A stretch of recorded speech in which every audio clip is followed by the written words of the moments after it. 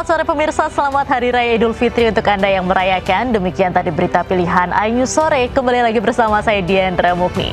Kita awali Ayu Sore hari ini dengan informasi Presiden Prabowo Subianto menggelar open house dalam rangka halal bihalal perayaan Hari Raya Idul Fitri 1447 Hijriah. Kegiatan itu menjadi momen untuk mempererat rasa kebersamaan di tengah masyarakat.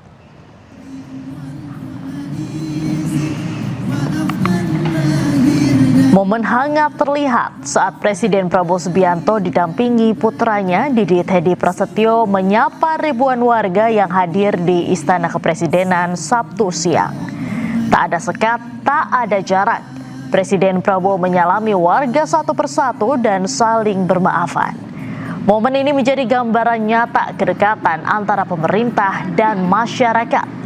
Warga pun antusias karena bisa berinteraksi langsung dengan kepala negara dalam suasana yang akrab dan terbuka. Open house ini menjadi momen yang tepat untuk mempererat hubungan sekaligus menghadirkan rasa kebersamaan di tengah masyarakat.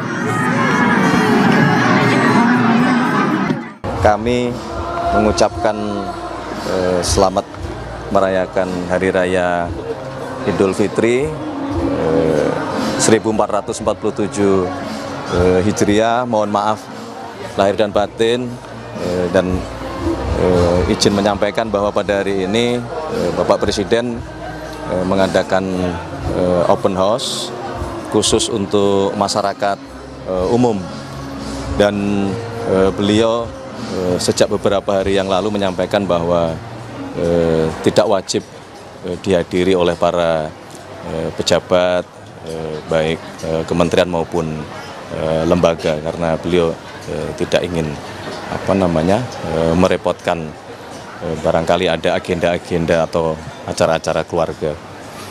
Jadi sore hari ini memang khusus untuk masyarakat. Momen Idul Fitri 1447 Hijriah menjadi ajang silaturahmi lintas pemimpin di Istana Merdeka, Jakarta. Presiden ke-6 Republik Indonesia Susilo Bambang Yudhoyono datang bersama keluarga untuk mengikuti halal bihalal.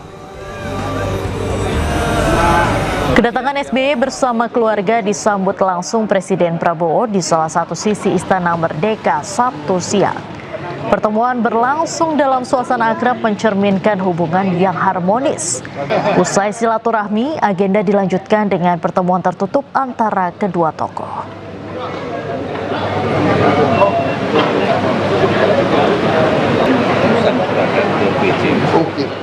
Pemirsa, Istana Kepresidenan Jakarta menggelar open house halal bihalal pada perayaan Hari Raya Idul Fitri 1447 Hijriah.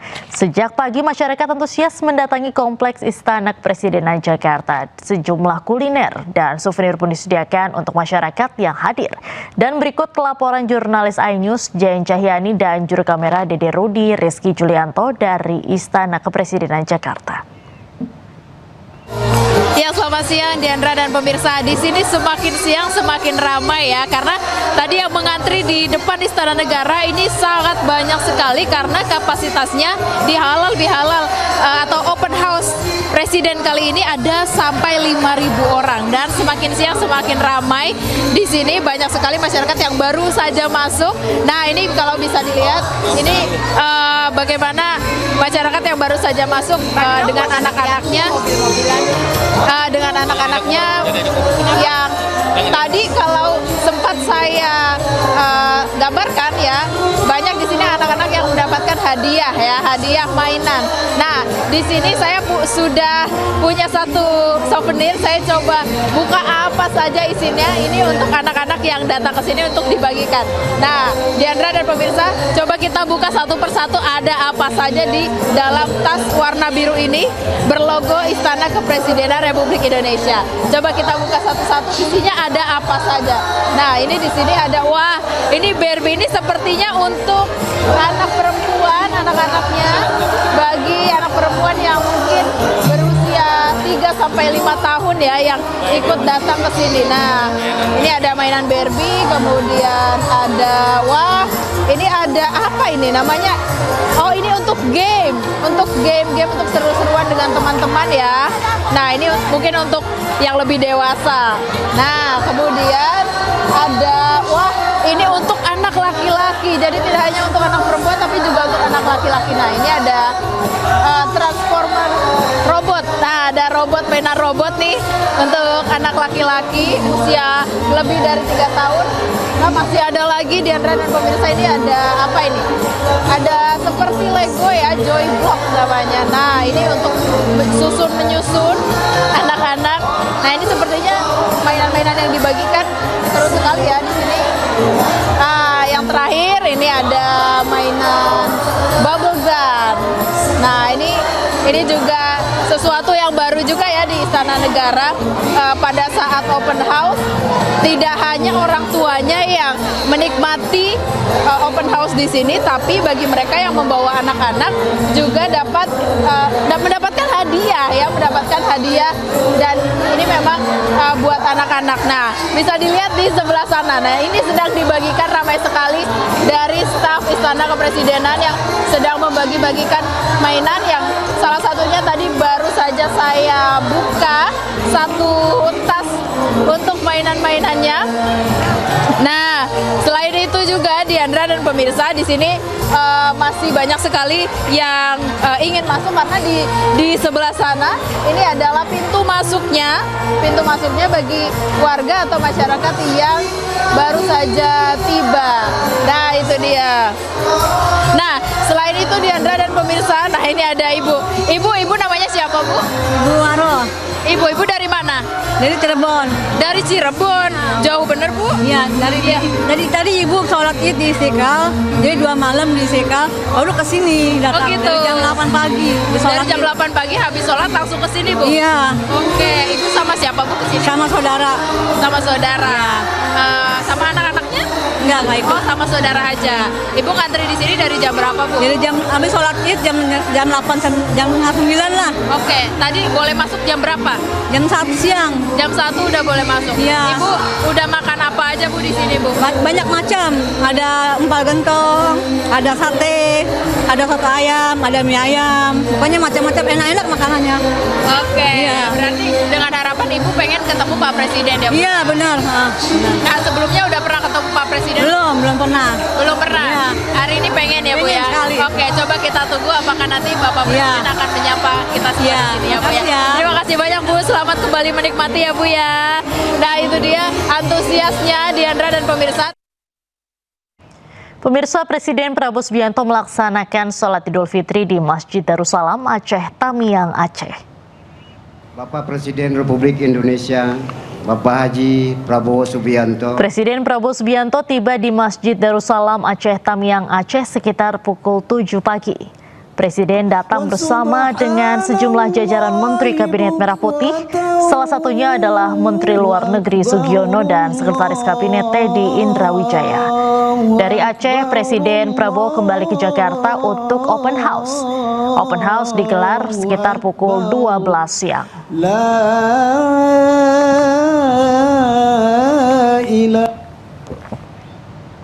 Setelah sholat Id, Presiden Prabowo Subianto mengecek kesiapan hunian sementara pengungsi bencana longsor dan banjir di Aceh, Tamiang. Presiden Prabowo Subianto bersama sejumlah Menteri Kabinet Merah Putih meninjau langsung progres pembangunan Huntara di Aceh, Tamiang.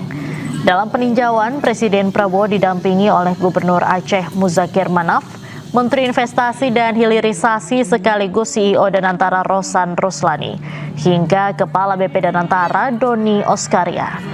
Presiden mengecek kesiapan hunian mulai dari kasur, toilet, listrik, klinik, hingga wifi gratis.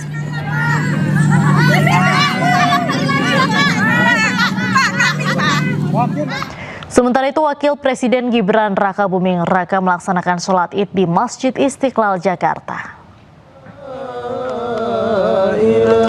Wakil Presiden Gibran Rakabuming Raka datang bersama dengan keluarganya, termasuk anaknya Jan Etes. Wapres Gibran tiba di Masjid Istiqlal sekitar pukul 6:30 pagi.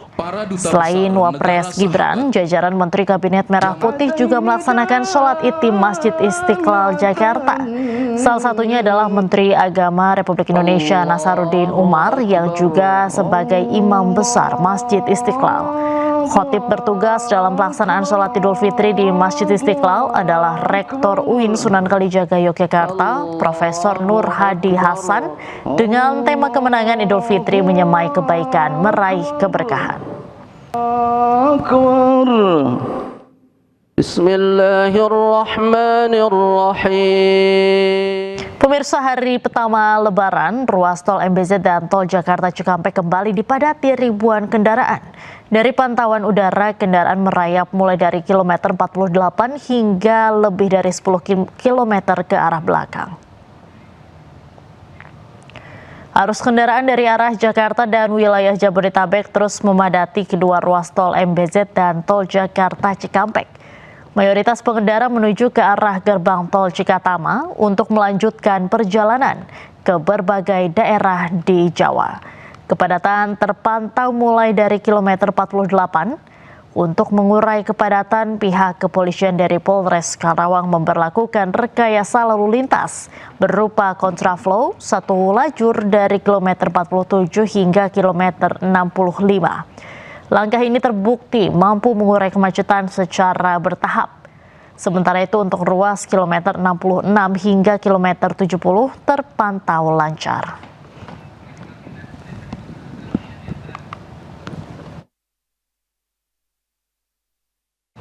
Pemirsa, kita akan memantau situasi terkini arus mudik Lebaran 2026 dan kami telah terhubung dengan jurnalis iNews di sejumlah titik.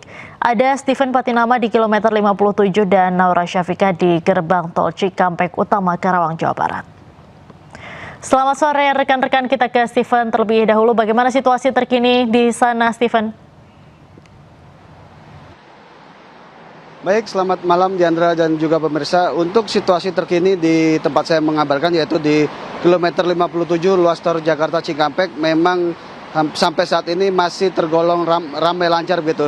Seperti dapat dilihat sendiri di belakang saya ataupun di sebelah kanan saya adalah situasi terkini di mana arus kendaraan masih dapat melaju dengan kecepatan tinggi karena lenggangnya ruas tol yang terlihat pada malam hari ini tidak seperti beberapa hari sebelumnya yang terjadi cukup padat dengan jumlah pemudik yang berangkat ke kampung halaman. Berbicara tentang kepadatan sendiri, memang di ruas tol Jakarta Cikampek sempat terlihat kepadatan kira-kira di kilometer 46 yang merupakan titik pertemuan antara arus lalu lintas kendaraan yang dari tol layang MBZ bertemu dengan arus lalu lintas kendaraan yang melintasi ruas tol Jakarta Cikampek yang di bagian bawah tol layang MBZ. Namun setelah kilometer 55, arus lalu lintas kembali normal dengan penerapan sistem kontraflow yang sampai saat ini masih diterapkan dengan satu lajur begitu, Diandra. Sedangkan untuk di rest area kilometer 57 sendiri pada sore tadi memang terlihat sedikit adanya antrian kendaraan begitu yang ingin masuk ke lokasi rest area untuk beristirahat ataupun mengisi bahan bakar kendaraannya begitu, Diandra. Diperkirakan mereka yang masih memadati atau meramaikan arus lalu lintas ini adalah para pemudik yang baru melakukan perjalanan mudiknya pada hari ini. Demikian sementara, kembali ke Anda, Diandra. Diduga akibat mengemudi dalam kondisi mengantuk dan kurang konsentrasi, mobil pemudik asal Jakarta terguling ke sawah setelah menabrak tembok pagar rumah warga. Seorang penumpang mobil meninggal dunia dan 7 lainnya terluka.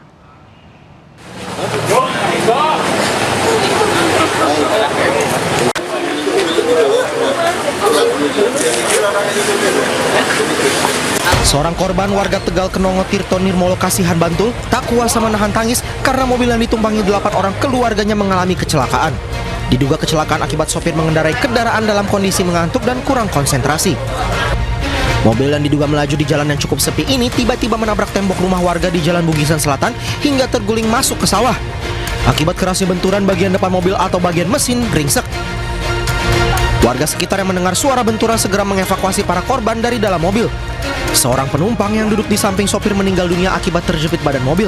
Sedangkan 7 penumpang lainnya dievakuasi dari dalam kendaraan dengan kondisi luka. Petugas dari Satlantas dan Satsabara Polsek Kasihan Bantul segera mendatangi lokasi dan melakukan olah TKP.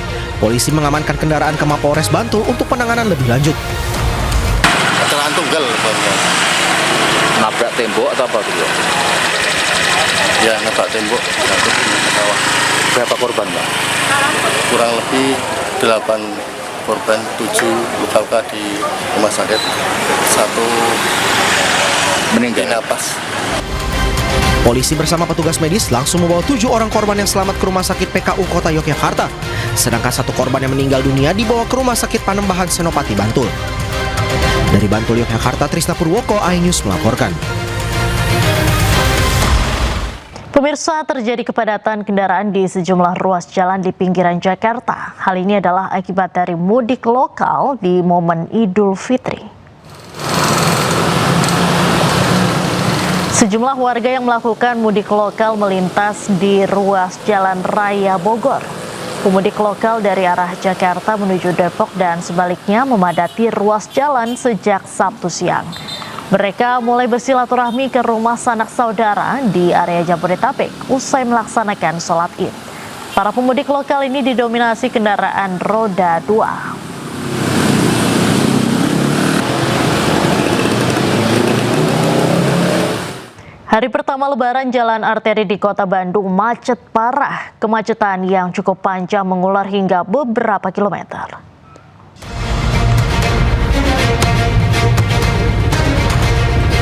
Kemacetan panjang terjadi di kawasan Ujung Berung hingga persimpangan Cikutra, Kota Bandung. 2 ruas jalan arteri tersebut dipadati kendaraan warga dari dalam maupun dari luar Kota Bandung. Kemacetan terjadi karena banyaknya warga bepergian setelah menunaikan sholat Id. Selain itu, kemacetan juga disebabkan karena warga yang melakukan tradisi halal bihalal ke rumah sanak saudara. Untuk mengurai kepadatan, petugas kepolisian melakukan rekayasa jalan di Simpang Cicahem yang mengarah ke Jalan PHH Mustafa.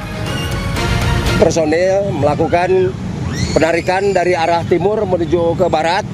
Situasi sampai saat ini membludak hari ini dari arah timur menuju barat. Seperti yang bisa dilihat dari arah timur menuju barat, sekitar dari timur ke arah barat diperkirakan ada sekitar 3 kilo kemacetan dari menuju ke baratnya. Kemacetan diprediksi akan terus terjadi hingga 3 hari mendatang. Dari Bandung, Jawa Barat, Ervan David, iNews melaporkan.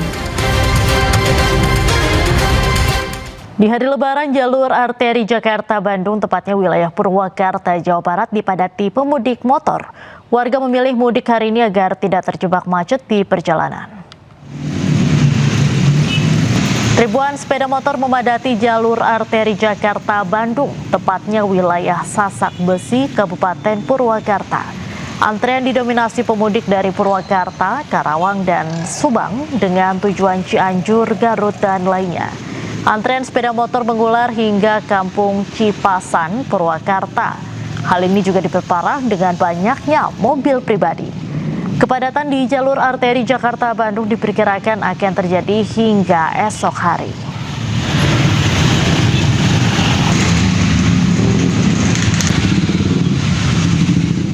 Niat memotong jalan saat mudik, seorang pemuda di Tasikmalaya malah terjatuh ke jurang. Gara-gara mengikuti arahan aplikasi penunjuk jalan, korban justru masuk ke jalur terjal. Yang mengikuti Google Map perjalanan dari Bandung menuju Garut. Evakuasi dalam. Seorang pemudik dievakuasi dari dalam jurang di kawasan Pertamina Geothermal Energy, Kabupaten Tasikmalaya, Jawa Barat. Saat evakuasi, petugas harus menuruni tebing curam dan menarik sepeda motor korban dengan tali tambang dari dasar jurang. Peristiwa ini menimpa Mateo, pemudik asal Tasikmalaya. Ia tersesat dalam perjalanan mudik dari Bandung menuju kota Garut. Evakuasi motor dari dasar jurang, kedalaman 8-10 meter, alhamdulillah. Kejadian bermula saat korban tiba di wilayah Kadipaten dan memilih jalur alternatif. Dengan mengikuti arahan aplikasi penunjuk jalan dari ponselnya, korban berniat memotong perjalanan agar lebih cepat sampai tujuan. Namun rute tersebut malah membawa ia masuk ke jalur pegunungan di area Pertamina Geothermal Energy. Kondisi jalanan yang sempit, terjal hingga minim akses membuat korban kehilangan kendali. Akibatnya sepeda motor korban terperosok ke dalam jurang di perbatasan Tasikmalaya dan Garut. Tak hilang akal, Mateo langsung menghubungi call center darurat 110. Setelah proses evakuasi, korban dan kendaraannya berhasil diamankan untuk penanganan lebih lanjut. Dengan kejadian ini, polisi mengimbau agar pemudik tetap menggunakan jalur utama dan tidak sepenuhnya bergantung pada aplikasi navigasi, terutama di daerah pegunungan yang minim permukiman. Dari Kabupaten Tasikmalaya, Jawa Barat, Asep Juharyono, iNews melaporkan. Hari pertama Idul Fitri, suasana di Stasiun Pasar Senen, Jakarta Pusat masih terlihat ramai oleh penumpang. Arus penumpang masih cukup tinggi, baik yang akan melakukan perjalanan mudik maupun yang kembali ke Jakarta. Sejumlah calon penumpang memadati area peron dan ruang tunggu menunggu keberangkatan kereta tujuan berbagai kota. Data PT Kereta Api Indonesia menunjukkan volume penumpang pada masa angkutan Lebaran masih didominasi oleh keberangkatan dari Jakarta.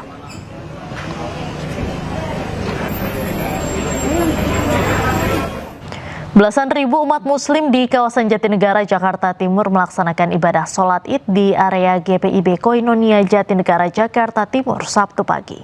Para jemaat muslim melaksanakan ibadah setiap tahunnya di depan dan samping gereja yang berada di Jalan Jatinegara Barat ini.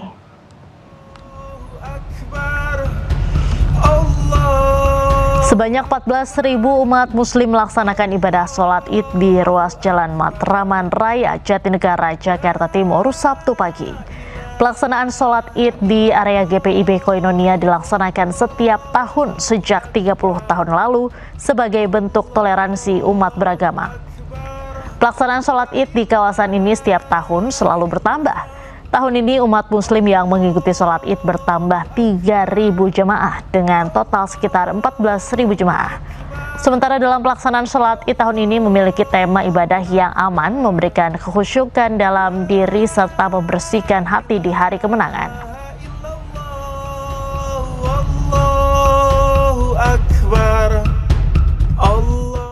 Pemirsa, suasana Hari Raya Idul Fitri di Ibu Kota Nusantara berlangsung istimewa. Untuk pertama kalinya, Masjid Negara IKN menggelar sholat Id diikuti ribuan jamaah dari berbagai daerah.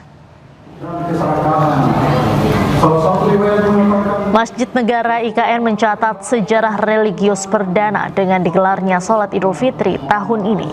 Suasana khidmat dan penuh kebersamaan terasa sepanjang pelaksanaan ibadah. Pelaksanaan ini menjadi tonggak penting pembangunan kehidupan sosial dan spiritual di Ibu Kota Nusantara. Pelaksanaan sholat Id perdana ini turut dihadiri Kepala Otorita IKN Basuki Hadi Mulyono.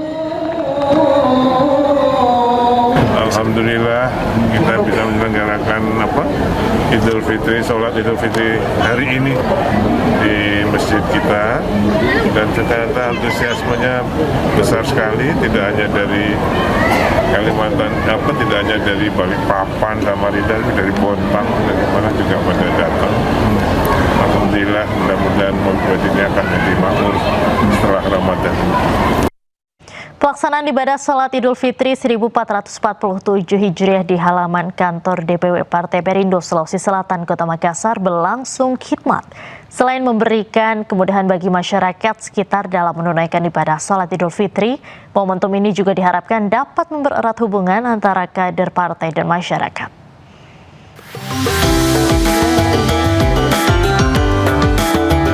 Puluhan warga di Jalan Perintis Kemerdekaan Kota Makassar, Sulawesi Selatan tampak hikmat mengikuti sholat Idul Fitri 1447 Hijriah yang digelar DPW Partai Perindo Sulawesi Selatan. Mengusung tema merajut ukhuwah di hari kemenangan sebagai upaya bersama dalam membangun Sulawesi Selatan yang maju dan berkeadilan. DPW Partai Perindo Sulsel berharap dapat mempererat silaturahim antara kader dan masyarakat serta menumbuhkan semangat kebersamaan dalam membangun daerah. Jadi membangun ukhuwah, target kita kebersamaan itu adalah bagaimana bersama-sama masyarakat saling bahu-membahu untuk merencanakan bagaimana yang namanya pembangunan berkeadilan. Karena itu saya kira hari ini kita menyaksikan ada beberapa komponen masyarakat dan anak-anak ini ada semua riang gembira untuk menyertai di tempat ini. Sholat Id, Bu, ya? Iya, sama warga dan sama keluarga juga. Ceramahnya juga bagus, silaturahimnya semoga berjalan lancar seterusnya sampai tahun depan. Momen ini juga menjadi bentuk kepedulian partai berlambang Raja Wali mengembangkan sayap terhadap kebutuhan masyarakat dalam merayakan hari kemenangan dalam suasana kebersamaan dan kekeluargaan. Saya rasa komponen-komponen terlibat. Jadi bukan soal ramainya tadi ya, tapi keterlibatan berbagai aspek, berbagai komponen di dalam event Hari Raya Idul Fitri ini yang diselenggarakan mungkin baru pertama kalinya oleh Partai Perindo. Perayaan Hari Besar Keagamaan ini menjadi wadah dalam memperkuat kebersamaan antara partai dan masyarakat. Dari Makassar, Sulawesi Selatan, Yuel Yuswian, iNews melaporkan. Anda kembali di iNews Sore pemirsa. Rudal Iran menghantam lokasi kontainer milik Israel. Kebakaran besar pun tak terhindarkan, 15 kontainer dilaporkan hancur.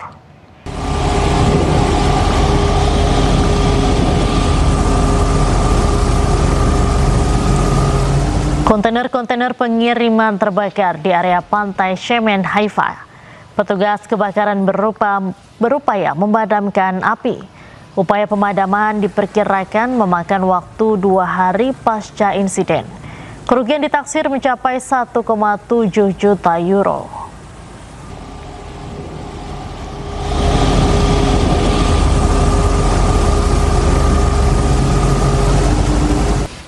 Serangan Iran membakar kamp logistik Amerika Serikat di Baghdad, Irak. 5 drone berhasil dihentikan di udara, namun 1 drone menghantam area di dalam kompleks.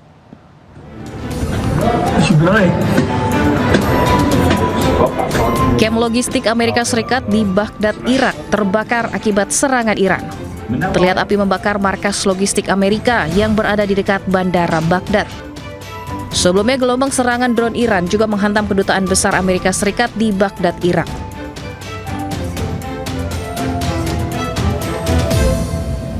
Sedikitnya 5 drone dihentikan di udara, namun 1 drone berhasil menghantam area di dalam kompleks.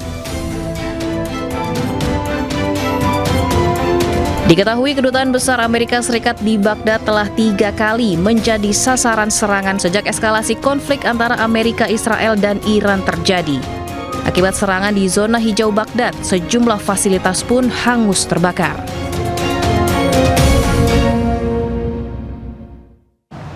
Iran kembali serang Yerusalem dekat Masjid Al-Aqsa. Gelombang serangan rudal dan drone ke-68 diluncurkan militer Iran pada Jumat lalu.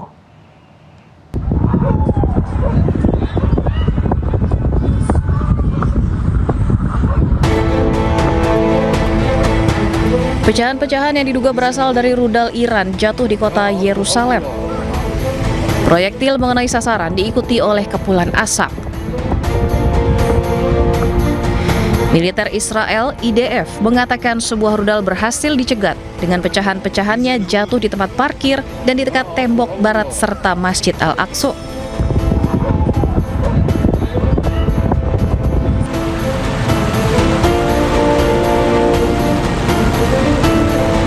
Iran mengumumkan gelombang serangan rudal dan drone ke-68 pada hari Jumat, sementara Israel mengatakan telah mendeteksi proyektil dan sedang mencegatnya. Perang Iran mendekati minggu ketiga yang menargetkan Israel dan aset Amerika di seluruh wilayah. Rudal Iran meledak di kawasan Elat, Tel Aviv.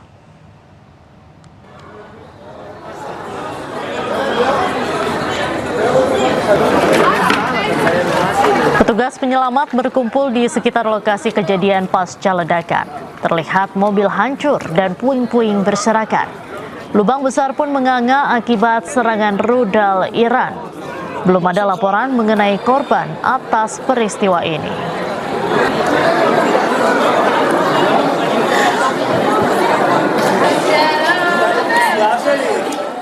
Militer Iran terus menggempur negara yang bersekutu dengan Amerika dan Israel. Juru bicara militer Iran bahkan mengancam Irak akan bernasib sama dengan Amerika dan Israel.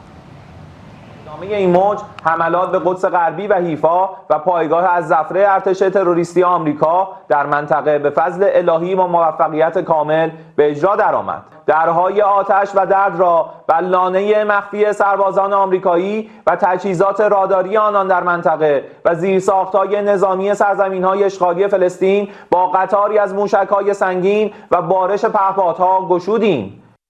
Komando Pusat Militer Amerika Serikat pada hari Sabtu merilis rekaman yang dilaporkan menunjukkan beberapa target Iran yang dihantam oleh pasukan Amerika.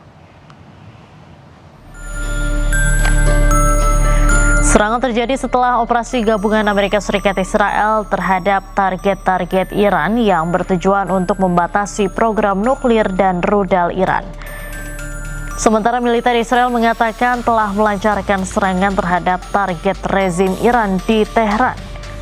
Terbaru, televisi pemerintah Iran mengumumkan bahwa juru bicara Korps Garda Revolusi Iran Jenderal Ali Muhammad Naimi telah gugur.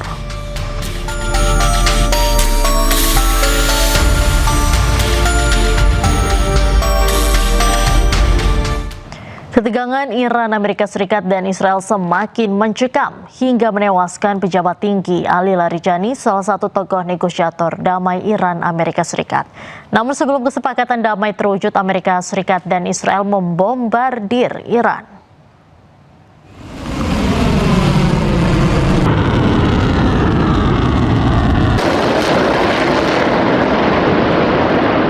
Ketegangan antara Iran dan Amerika Serikat Israel mencapai puncaknya dengan serangkaian serangan yang menargetkan pejabat tinggi keamanan dan juru berunding Iran. Salah satunya Kepala Keamanan Nasional tertinggi Iran, Ali Larijani, dilaporkan tewas dalam serangan udara Israel pada pertengahan Maret 2026. Ali Larijani adalah sosok yang penting bagi proses perdamaian di Timur Tengah. Selain itu, ia salah satu tokoh sentral pembicaraan damai Iran-Israel. Bahkan disebutkan pemerintah Iran sempat bersedia menghentikan pengayaan uranium. Namun sebelum kesepakatan damai terwujud, Israel dan Amerika Serikat tiba-tiba menyerang Iran. Tidak hanya mengubur dialog diplomatik kedua negara, Israel memang menginginkan perang berkobar di Timur Tengah. Iran kembali menggempur Israel dan pangkalan Amerika Serikat di Teluk. Dalam serangan gelombang ke-68 ini, pasukan IRGC mengerahkan puluhan rudal multi hulu ledak dan drone kamikaze.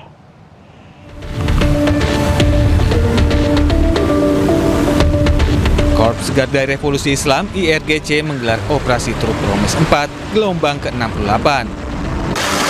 Menurut IRGC, ini adalah operasi gabungan antara Angkatan Laut Iran dan Angkatan Udara Iran.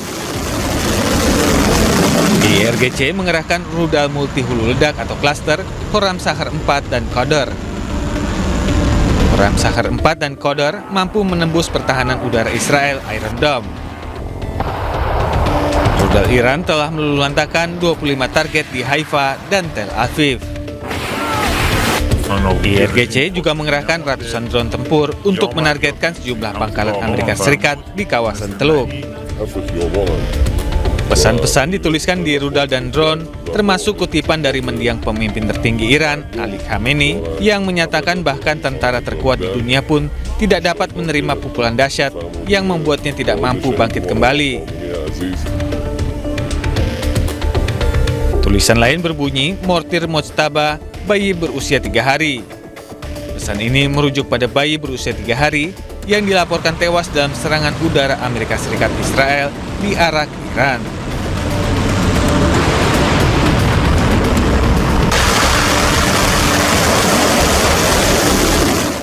Tim dari Palang Merah Iran menyelamatkan seorang korban di balik reruntuhan setelah Israel melakukan serangan rudal ke Teheran Kamis tengah malam.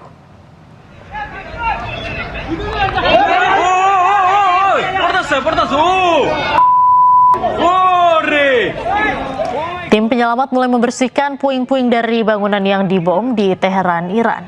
Sementara para medis memberikan pertolongan pertama kepada seorang korban yang ditarik dari reruntuhan.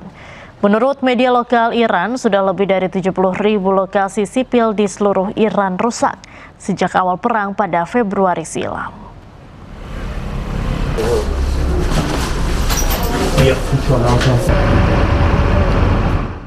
Satu jet tempur F-35 milik Amerika Serikat diduga jatuh usai dihantam misil pertahanan udara Iran.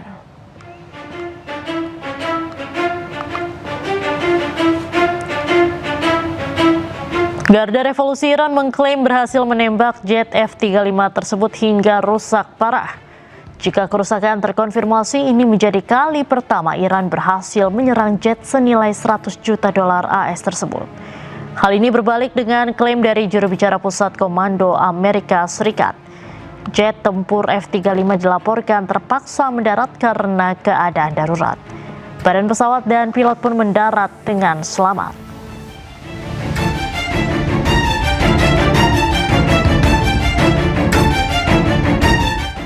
Pesawat siluman jet F-35 milik Amerika Serikat merupakan generasi kelima yang mematikan dan memiliki kemampuan sulit untuk dideteksi radar musuh.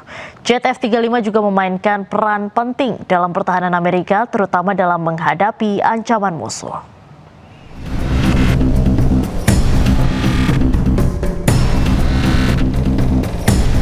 Jet tempur siluman F-35 adalah pesawat tempur generasi kelima yang diproduksi oleh Amerika Serikat. Pesawat ini dikenal dengan kemampuan silumannya yang bisa menghindari deteksi radar. Hal ini memungkinkan pilot untuk masuk ke wilayah udara lawan tanpa terdeteksi.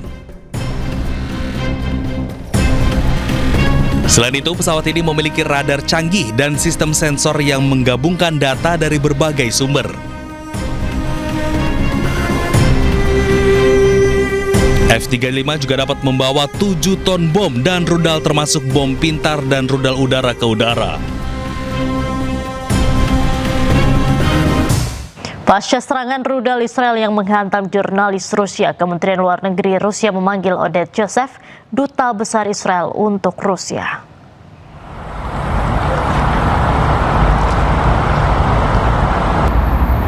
Kemenlu Rusia memanggil Oded Joseph untuk meminta keterangan terkait serangan rudal yang mengenai jurnalis media Rusia.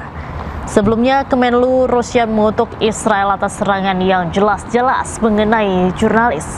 Sementara itu, Duta Besar Israel untuk Rusia tidak memberikan komentar apapun pasca pertemuannya dengan Kementerian Luar Negeri Rusia. Ambassador, an IDF jet hit RT's journalists in Lebanon. Who's going to be carrying the investigation? Thank you very much. Thank you.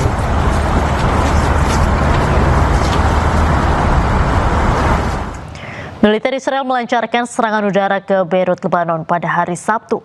Serangan ini berbarengan dengan momen Amerika Serikat mengirim ribuan personel marinir tambahan ke Timur Tengah.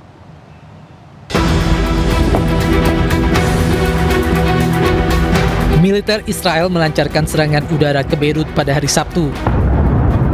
Militer Israel menyatakan tengah menggempur basis Hizbullah di ibu kota Lebanon, Beirut.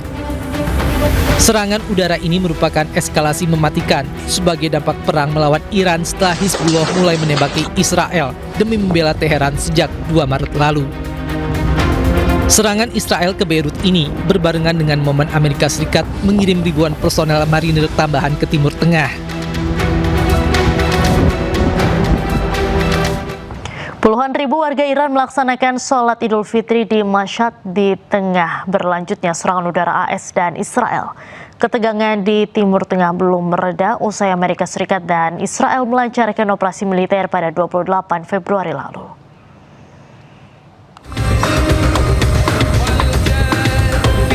Puluhan ribu warga Iran pada hari Sabtu melaksanakan sholat Idul Fitri di kota Mashhad di tengah berlanjutnya serangan udara Amerika Serikat dan Israel ke negara tersebut. Warga Iran berdiri di lapangan terbuka selama sholat. Kantor berita Iran melaporkan bahwa sholat Idul Fitri dilaksanakan di makam Imam Reza dengan dihadiri para jemaah dan pengunjung di kota Mashhad. Sebelumnya, Iran telah mengumumkan bahwa hari pertama Idul Fitri akan jatuh pada Sabtu 21 Maret. Ketegangan di Timur Tengah belum mereda usai Amerika Serikat dan Israel melancarkan operasi militer bersama melawan Iran pada 28 Februari 2026 yang menargetkan program nuklir dan rudal Iran. Pemirsa, Presiden Prabowo Subianto menggelar open house dalam rangka halal bihalal perayaan Hari Raya Idul Fitri 1447 Hijriah. Kegiatan itu menjadi momen untuk mempererat rasa kebersamaan di tengah masyarakat. Momen hangat terlihat saat Presiden Prabowo Subianto didampingi putranya Didit Hedi Prasetyo menyapa ribuan warga yang hadir di Istana Kepresidenan Sabtu siang. Tak ada sekat, tak ada jarak. Presiden Prabowo menyalami warga satu persatu dan saling bermaafan. Momen ini menjadi gambaran nyata kedekatan antara pemerintah dan masyarakat. Warga pun antusias karena bisa berinteraksi langsung dengan kepala negara dalam suasana yang akrab dan terbuka. Open House ini menjadi momen tepat untuk mempererat hubungan sekaligus menghadirkan rasa kebersamaan di tengah masyarakat. Kami mengucapkan selamat merayakan Hari Raya Idul Fitri 1447 Hijriah. Mohon maaf lahir dan batin dan izin menyampaikan bahwa pada hari ini Bapak Presiden mengadakan open house khusus untuk masyarakat umum dan beliau sejak beberapa hari yang lalu menyampaikan bahwa tidak wajib dihadiri oleh para pejabat baik kementerian maupun lembaga karena beliau tidak ingin merepotkan barangkali ada agenda-agenda atau acara-acara keluarga. Jadi sore hari ini memang khusus untuk masyarakat. Momen Idul Fitri 1447 Hijriah menjadi ajang silaturahmi lintas pemimpin di Istana Merdeka, Jakarta. Presiden ke-6 Republik Indonesia Susilo Bambang Yudhoyono datang bersama keluarga untuk mengikuti halal bihalal.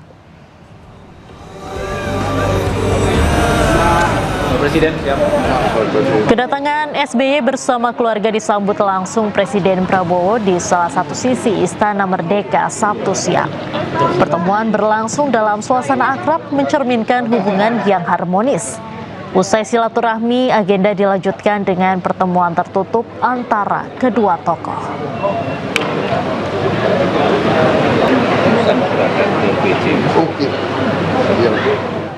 Hari pertama Lebaran, ruas tol MBZ dan tol Jakarta Cikampek kembali dipadati ribuan kendaraan. Dari pantauan udara, kendaraan merayap mulai dari kilometer 48 hingga lebih dari 10 km ke arah belakang.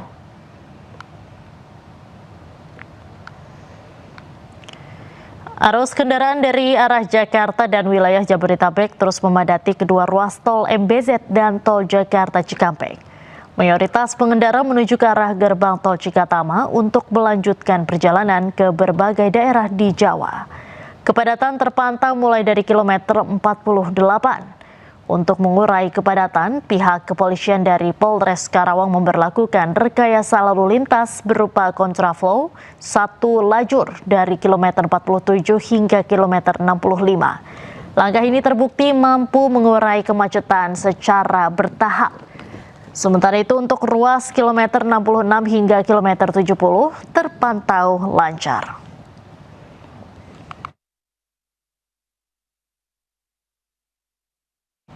Ratusan warga berbondong-bondong bersilaturahmi ke rumah dinas Gubernur Jawa Barat Dedi Mulyadi. Warga antusias merayakan Lebaran di Balai Pakuan Jalan Cicendo, Kota Bandung. Warga Jabar mengucapkan terima kasih pada jajaran Polda Jabar yang telah bekerja keras ngejagain Ramadan, mudik sampai Sawala. Usai menjalankan sholat Idul Fitri, Gubernur Jawa Barat Dedi Mulyadi atau yang kerap disapa Kang Dedi menggelar acara halal bihalal bagi warga Jawa Barat. Ratusan warga rela antri hanya untuk bertemu dengan Dedi Mulyadi. Tersedia juga berbagai makanan untuk warga di Gedung Pakuan. Menurut Gubernur Jawa Barat, halal bihalal kali ini adalah bentuk permintaan maaf Provinsi Jawa Barat selama 1 tahun ini karena belum bekerja dengan maksimal. Masyarakat memadati Kompleks Pemakaman Umum Tedeng untuk mendoakan keluarganya yang sudah meninggal dunia. Ziarah kubur bersama setelah sholat Id menjadi tradisi turun-temurun di Cirebon, Jawa Timur. Masyarakat mengunjungi Kompleks Pemakaman Umum Tedeng, Kota Cirebon, Jawa Barat, Sabtu pagi. Mereka datang untuk mengunjungi makam keluarganya dan mendoakan sanak saudara yang lebih dulu berpulang kepada Yang Maha Kuasa. Fenomena ini menunjukkan bahwa Idul Fitri tidak hanya dimaknai sebagai momen kemenangan setelah menjalankan ibadah puasa, tetapi juga sebagai waktu untuk mengingat kematian serta mempererat hubungan keluarga.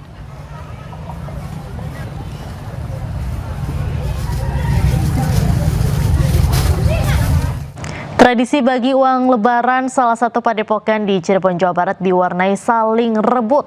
Tradisi tahunan menyambut lebaran ini dilakukan sebagai ungkapan rasa syukur setelah sebulan penuh memenuhi kewajiban Ramadan.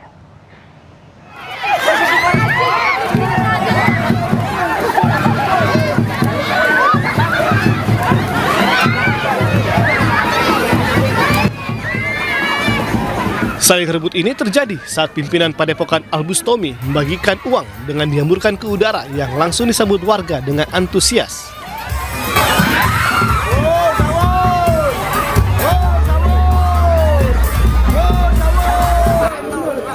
Meski harus berebut dengan susah payah, tradisi tahunan di Padepokan ini tak sampai memicu konflik.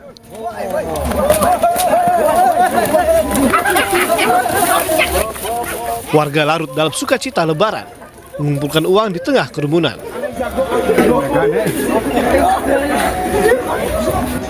Bagi warga, rebutan ini bukan soal uang, melainkan kebersamaan menuju kemenangan di Hari Raya Idul Fitri. Mana tadi dapatinnya itu, Ak? Deg-degan. Rebutan. Ya, rebutan. Dapat berapa? Dapat 48.000. Ini udah setiap tahun ikut di sini, Pak. Sementara itu, tradisi Tawurji ini digelar sebagai ungkapan rasa syukur usai menjalani bulan Ramadan dengan penuh sukacita. Kegiatan tabur uang ini juga sekaligus menciptakan kebersamaan di tengah masyarakat, khususnya warga di sekitar Padepokan yang menunaikan ibadah tarawih di Padepokan. Tradisi tiap tahun di Kecamatan Mundu, Desa Sinarancang, tradisi syukur, ucapan syukur memperingati Hari Idul Fitri. Selain Tawurji, atraksi api juga digelar menyambut Hari Kemenangan. Dari Cirebon, Jawa Barat, Toy Iskandar, iNews melaporkan. Malam takbir warga Kelurahan Palebon, Semarang diwarnai keseruan berbagi uang dengan cara unik. Warga diminta mengambil sendiri uang yang ada di dalam kardus tertutup. Besaran uang yang didapat tergantung keberuntungan masing-masing. Dan pemirsa, usai sudah kebersamaan kita dalam iNews sore hari ini, temukan informasi-informasi terbaru lainnya di www.inews.id. Cuplikan tayangan berita iNews dapat Anda saksikan di kanal YouTube @official iNews. Dan jangan lupa pemirsa, saksikan iNews sesaat lagi bersama rekan saya Herjuno Syaputra. Pemirsa, update terus informasi terbaru Anda dan siapkan 3 botol air mineral yang setara 2 liter air untuk 1 hari penuh kesejukan. Saya Diandra Mukni pamit undur diri, selamat beraktivitas, sampai jumpa.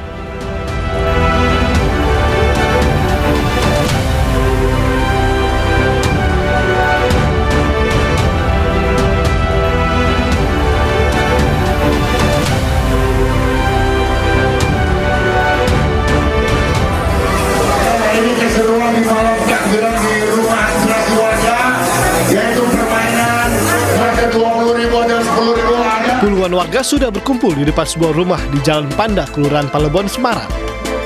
Mereka mengikuti pembagian uang dengan cara unik, di mana mereka bersiap mengambil uang yang berada di dalam kardus melalui lubang di atasnya.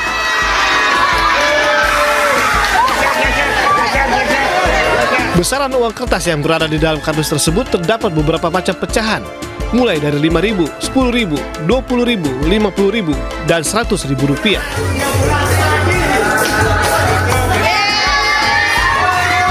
Satu orang hanya diperbolehkan mengambil 1 lembar uang, sehingga keseruan terjadi saat mereka mengetahui berapa uang yang didapat.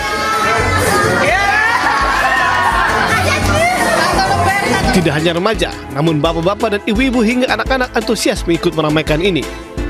Yang penting warga happy, berlebaran bergembira, saling bermaaf-maafan, dan warga bahagia dan gembira ria.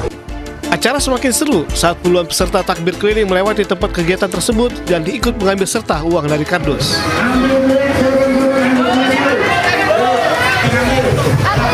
Dari Semarang, Jawa Tengah, Doni Marendra, iNews melaporkan.